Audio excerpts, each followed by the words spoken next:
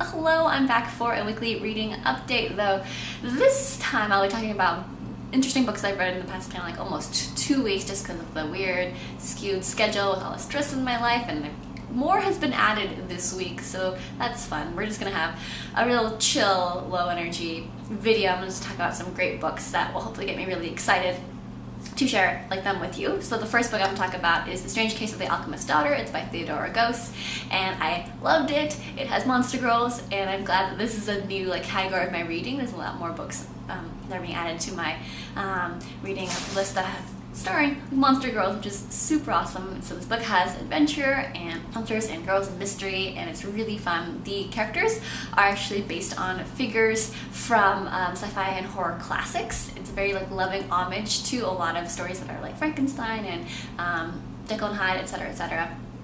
You'll see as I talk more about this. So it has this team of really fantastic women in 19th century London. We start with Mary Jekyll, and then after her parents die, she tries to solve this mystery, and she recruits the help of Sherlock Holmes and Dr. Watson. And then soon she finds Diana Hyde. And then to round out their little crew, they also find these other monster women, including Beatrice Rappaccini, Catherine Moreau, and Justine Frankenstein. And then now that we have this team of girls, can they triumph in the face of all these murders, crazy, power-hungry scientists, and also just the horrors of their own past? The least that we know is that they survive the murder mystery investigation, because the girls, they chime in during the writing of this book. One of the girls isn't a writer, and so she's writing about their adventures, kind of like how Watson writes about Sherlock's adventures. And the girls, they interrupt during the writing of it. And this could seem really distracting. It might be too meta for some readers, but I totally loved this aspect of the book.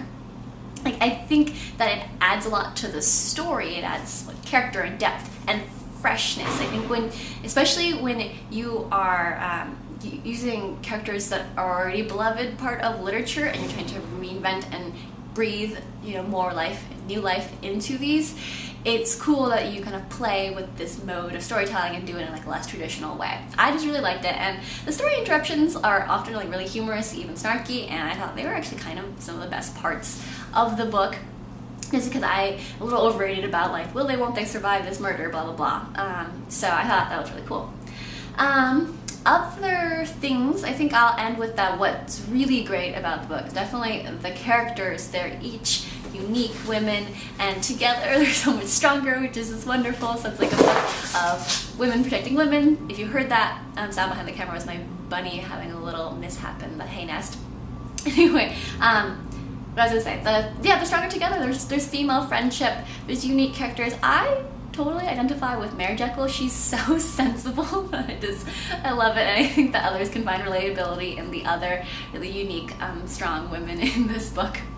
Yeah, it's got sister love and monsters and adventure and kicking ass, so it's a really, really awesome book. Moving along, I am rereading Alanna, the First Adventure by Tamora Pierce, and this is the start of this great Tortall Universe reread. It has 5 series within it. Most of them are quartets. I think I've only read the first 4. I read them when I was a kid, so revisiting them is such a delight. And if you're not familiar with this particular story, our title character, Alanna, she is a girl, but she wants to be a knight, and only boys are knights in this world. So she disguises herself as a boy and then goes to Chorus, which is the capital city, to go train for her knighthood. And this first book details the story of her years as a page.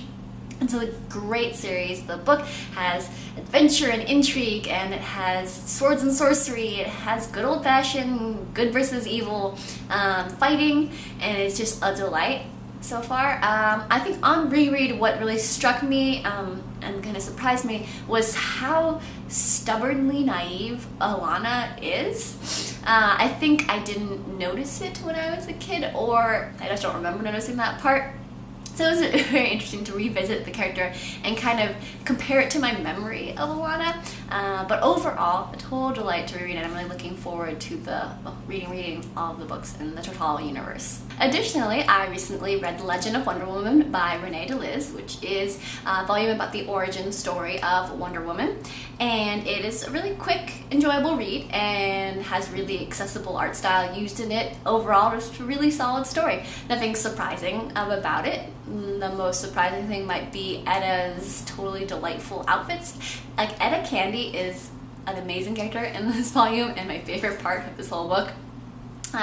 With that said, it's too bad the series has actually been cancelled after this first volume, especially with the revival of interest in Wonder Woman, and this being a great volume. That's just too bad, but I definitely recommend reading at least this one that's out. And lastly, I want to share The Jane Austen Project by Kathleen Flynn, and this is a time travel book to the Regency era near the end of Jane Austen's life. There's two time travelers, and their mission is to steal an unpublished, finished book by Jane Austen, and they do so by posing as a doctor and his sister, and they're also posing as newcomers to London. So they try to befriend Henry Austen, who is Jane Austen's favorite brother, in the hopes of getting into the close company of Jane. And overall, I enjoyed the heck out of it. Time travel to particularly the Victorian or Regency eras are my favorite, so while there's nothing necessarily outstanding about this book, it's really fun, and I personally enjoyed the mix of time travel and Jane Austen. With that, I think it's time to wrap up this video. Till next time, my lovelies.